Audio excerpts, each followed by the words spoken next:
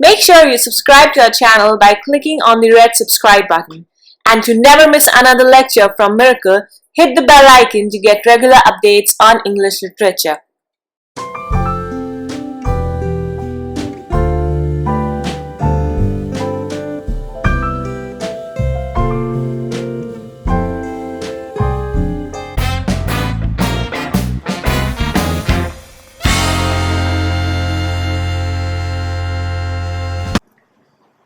Hello and welcome to Miracle English Language and Literature Institute. I'm Professor Ava Sharma, and the series which we are doing these days is of literary appreciation of different English poetry. So today we are going to start up with The Wasteland. I have already made a video on the mythological background, so I request you to watch that first so that you also get the prior knowledge of this poem. TS Eliot, the modern critic and poet, had this poem almost a decade ago before it was published. It was published in 1922 and it was edited by Ezra Pound, and it became a sensation and made him so famous that in 1948 he got the Nobel Prize. Eliot was always in favor of a long poem. He had so many things in his mind, so many different moods, so many different instances, so many mythological stories, so much of past and present was bothering him. So he made this poem very long, epical in nature, but very compressed. It has the epigrammatic style. It has got 5 parts. We'll do one by one. Let's take up the first one. The title of the first part is The Burial of the Dead. Now, every title and every sentence or every phrase is being borrowed from somewhere or the other and have been collected here in this poem. So this is according to the stream of consciousness, and I already told you that you need to know the background very nicely, then only you will take the meaning. Otherwise it will be very difficult because all the sentences are incoherent, all the ideas and pictures, they come abruptly, they precipitate from nowhere, so you need to concentrate too much on this. Now, the title has been borrowed from Christian Prayer book. So in Christian religion, the burial of the dead is the order given by the priest. When the person is dead, he has to be cremated, but only after when the priest has declared him dead and ordered him for the burial. So the very first part is the burial of the dead. Now, he begins the poem by saying, April is the cruelest month, breeding lilacs out of the dead land, mixing memory and desire, stirring dull roots with spring rain. Winter kept us warm, covering earth in forgetful snow, feeding a little life with dried tubers. Yes. Now, April is the cruelest month breeding. April, look at the word, the very first line of the poem takes us back to Chaucer. Chaucer began his prologue, the general prologue, by saying that April is the best month for pilgrimage. For the pilgrims to go to the pilgrimage, because it is neither too cold nor too hot. The month of spring. And what he says here? Just the opposite. In contrast to what Chaucer said in his general prologue, April is the cruelest month breeding. Now there are 2 connotations for the same line. The first one, he's depressed, he's dejected. Why? In April we have Easter, and Christ was crucified before Easter. That is the Good Friday. So he's dejected that we lost faith in God and humanity and killed Christ. And the second one is April is the spring season, the season of birth, the season of new things to come out. He says, breeding lilacs out of dead land. The land is dead, barren, covered with snow. And there are tubers inside. They are living, but they are in inertia. That means almost dead. That is living like dead. That is life and death.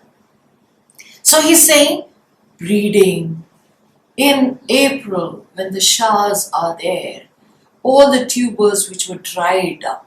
The spring rain infuses life in the dead tubers. Winter kept us warm. Forgetfulness, covered with forgetful snow. See the metaphor, forgetful snow.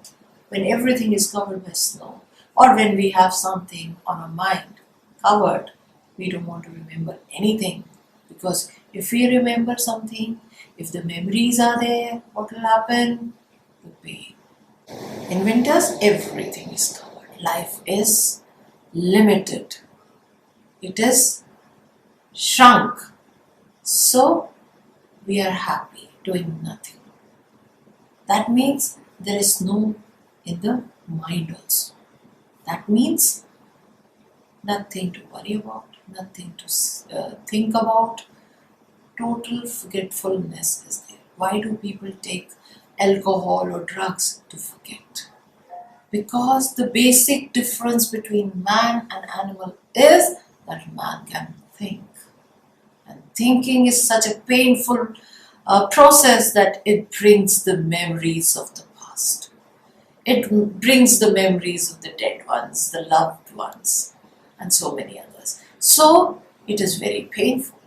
When you are sleeping, when you are totally forgetful, nothing bothers you.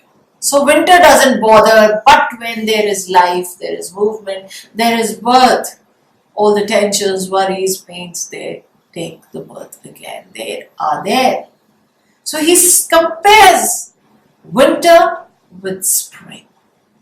He compares the life lived during winter and the life it stirs in spring seasons. The metaphor is not about sleeping in winters. It is about ignorance and knowledge. It is the difference between a person who's ignorant and the one who is full of knowledge. Knowledgeable man knows so many things. His mind is bothered with so many thoughts. Whereas the ignorant man without knowledge is happy in whatever state he is. So, this spring rain stirs the ignorance into knowledge. So, right in the beginning of the poem, Eliot is in favor of the spiritual death because we are dead spiritually. We are living a life which is, we should say that, the death in life, or say living dead, without any knowledge, ignorance or awareness. So he is calling this civilization as a dead civilization.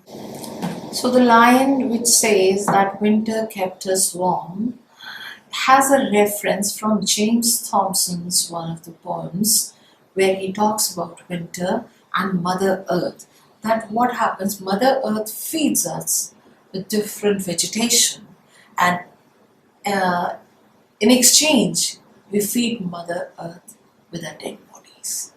And this was said by James Thomson, the transitional poet. Summer surprised us, coming over the Starnberger See with a shower of rain. We stopped in the colonnade and went on in sunlight into the Hofgarten and drank coffee and talked for an hour. Bin gar keine Russin, stamm aus Litauen, echt Deutsch. And when we were children, staying at the Archduke's, my cousin's, he took me out on a sled and I was frightened. He said, Marie, Marie, hold on tight. And down we went. In the mountains, There you feel free. I read much of the night and go south in the winter. So these lines, summer surprised us. You know, all the emotions, they come back. All the passions, they revive in summer, in spring season. So surprising. And then he says that coming over the Starnberger Seas. It's a lake in Germany. With a shower of rain, we stopped in the colonnade. Colonnade? The garden full of trees. Must have seen in one of the movies where the hero-heroine, they sing songs, that is colonnade. So usually the lovers, they go at such places. So here also, there is a pair in the colonnade and went on in sunlight into the Hofgarten, again, a garden in Munich, Germany, and drank coffee and talked for an hour. So all these are activities taken up by the lovers. That's why there are so many coffee houses.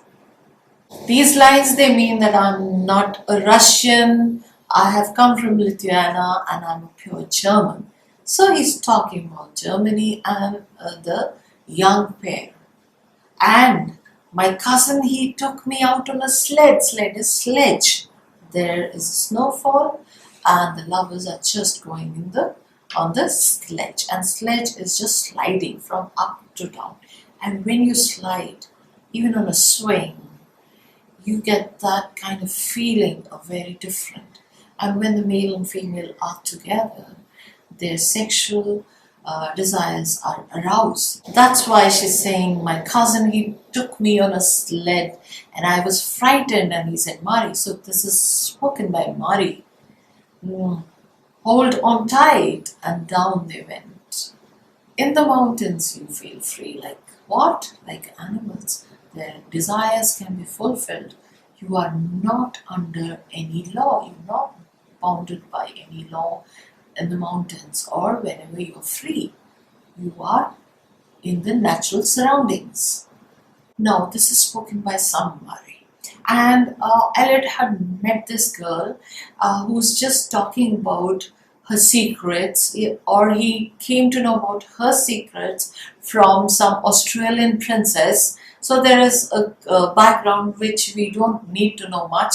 But then he's talking about a young pair of Germany where they're just roaming around in Munich, near the lake or the colonnades or the Hofgarten, the park for the lovers. All these activities are narrated that in modern life, again, he says that sex is denied its actual function.